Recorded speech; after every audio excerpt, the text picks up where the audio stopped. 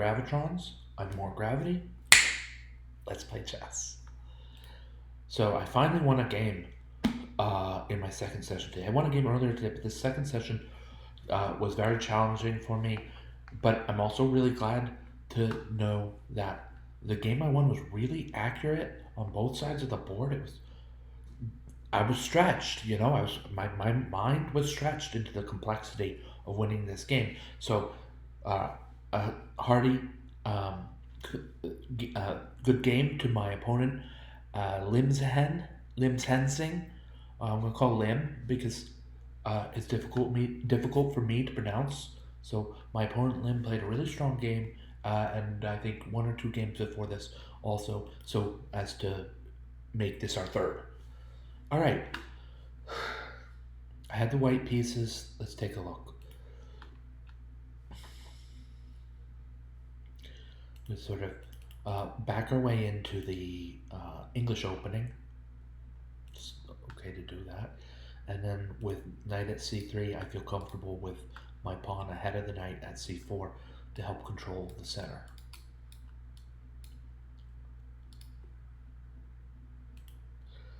Knight at f3, and then pawn d4, and white has a more powerful stake in the center than black. Both sides have a pretty strong hand in contesting the center of the board. White's pawns are a little more aggressive, and having the extra move has an extra piece developed. And towards the center, the move knight to f3. C takes d4, knight takes d4, and we're starting to see this looks a little bit like a Marcosi bind. Sorry, I was introduced to me as the Marcosi bind, but it is the Marcosi bind. This is the Marcosi bind, or something similar to it. Whenever you have pawns on c4 and e4, and a knight on d4, and then very often also a knight on c3. I played bishop to e3. Now, white has more flexibility with bishop to e3 than before, because now either the bishop can move again or the queen can move for her first time without relinquishing the defense and protectorship of our knight at d4, which is currently being threatened.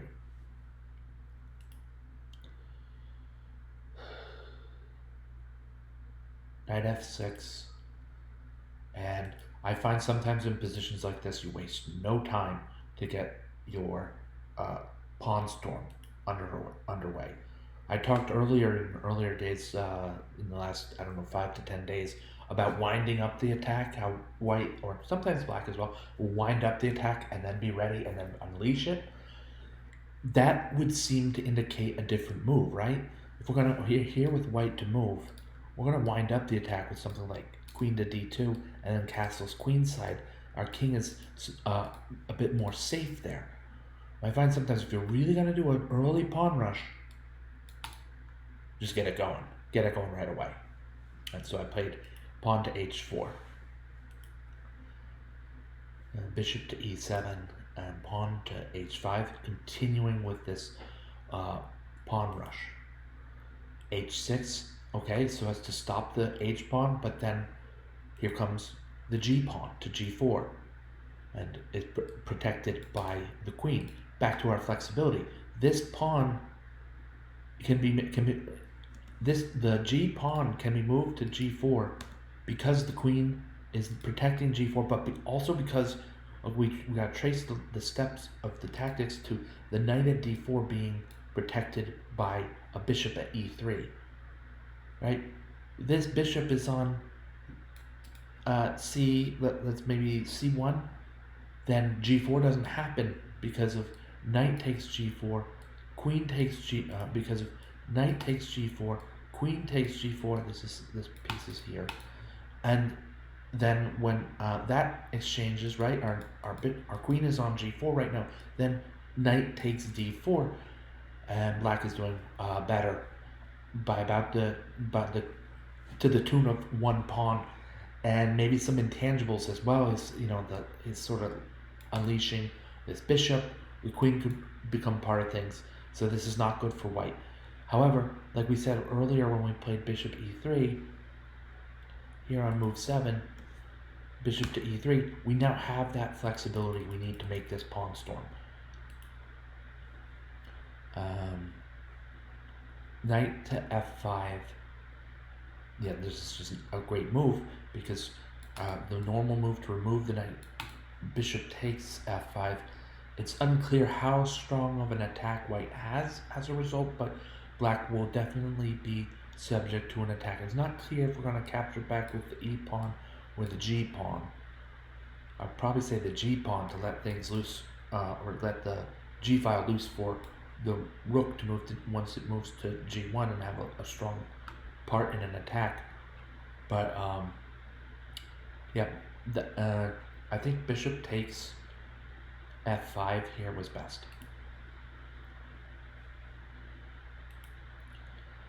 Knight takes g7 because we're kind of just we're just pretty much bashing our way through here, and white finds ways to keep the attack going while also keeping the counterattack at bay, or at least somewhat at bay. I don't know, maybe black could have, noting the evaluation bar, there's no way black could have, yeah, something's working well here for white, let's put it that way. But yeah, I played knight h6, confident that I was doing well in the event of a move like rook to g7, for instance. Bishop takes g4, and this was an interesting moment for me. I want to consult with the analysis here. Okay, interesting. No, I had thought there was only one good move here for white. What we see here, queen to d2 might have worked well. Bishop, they're bumping around a bit, but bishop e2 might have worked well. Queen to d2. But pawn to f3, best move, and I found it. Stops the counterattack in its treads. And not only that, I mean, the tactics here are straightforward, right? The rook is still under attack. The bishop is under attack partly by the knight, and that's fine. But the bishop is also under attack by a lesser value piece in the pawn. And to capture the f3 pawn, white will recapture with the queen. And some way or other, black's losing a good amount of material here.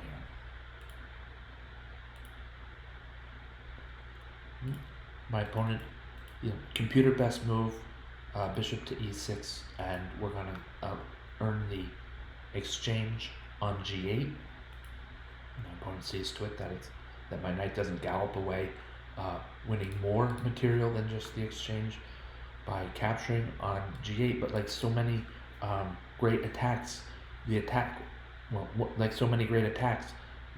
white has here continues to push the issue.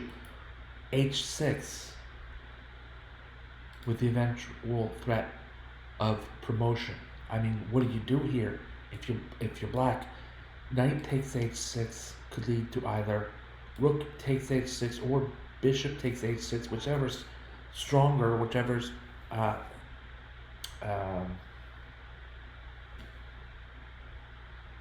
really safer at this point. My opponent didn't play that way, and that's okay, because it puts me to the task to identify that the move that gives best continuity and most consistency after h6 is still winning with h7. Okay, so the knight's got to move out of the way, and then h8 equals queen.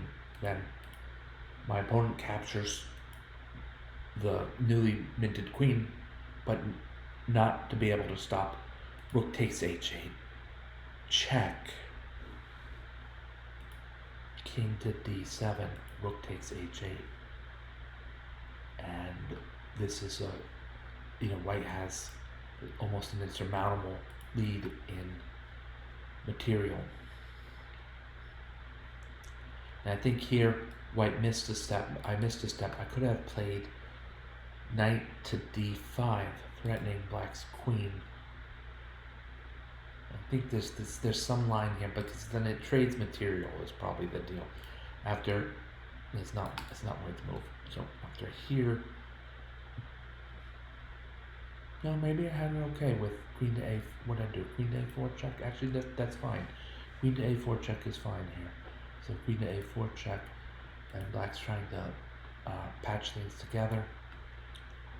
The trade of queens on a5 is going to make simplification strong for white and more easily obtained. And then after queenside castles,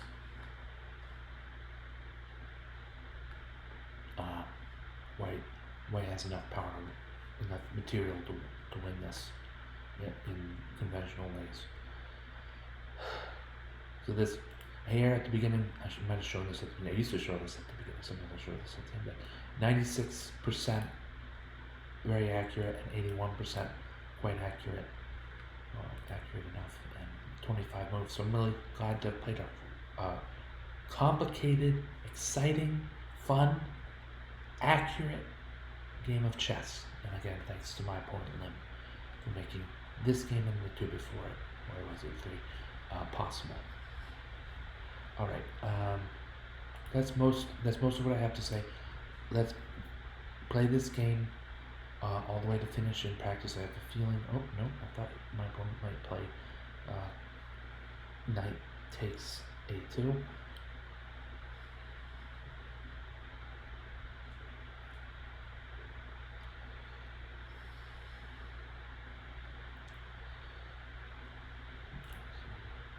Out of pure reductionist aims, I'm going to trade pieces here.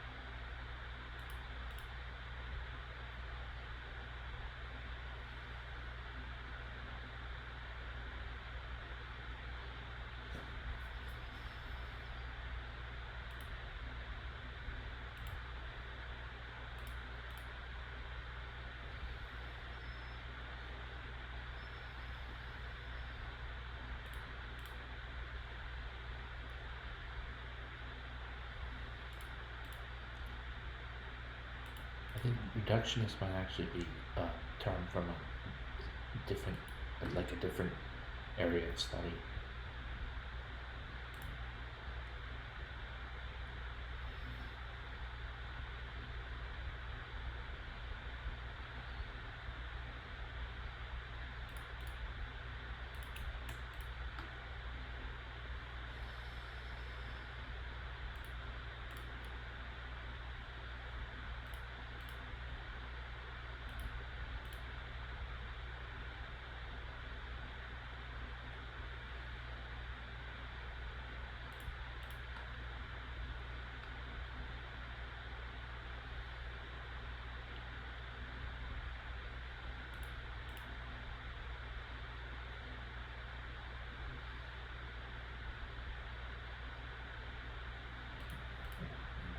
The other is this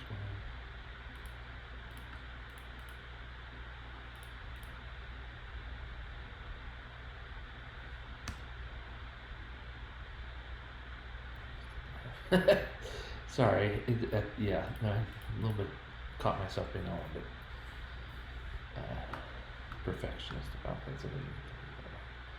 Alright, so that's the game played out all the way to checkmate. Partly by my opponent, and then taking hold from the resignation on by the computer on the maximum level.